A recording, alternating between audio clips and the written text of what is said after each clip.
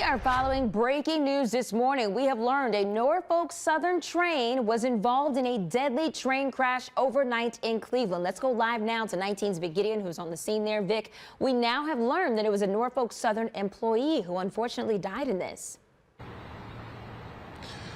Yeah, we do know there was one fatality. As you said, it was a Norfolk Southern employee. You can see behind me, this is the Cleveland Cliffs Steelworks. You can see there's obviously some production going on there. Train tracks here, plenty of rail cars there, including even a Norfolk Southern car there.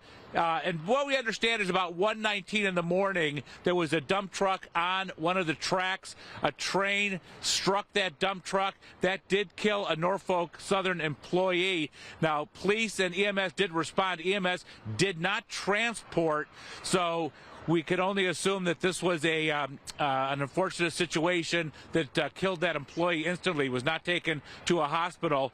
We do know that at this point, the Cleveland Police and Cleveland Cliffs are investigating this. But again, we do know in Cleveland Industrial Flats, right outside the Cleveland Cliffs Steelworks, that there was a fatal accident here involving a Norfolk Southern employee, a train, and a dump truck.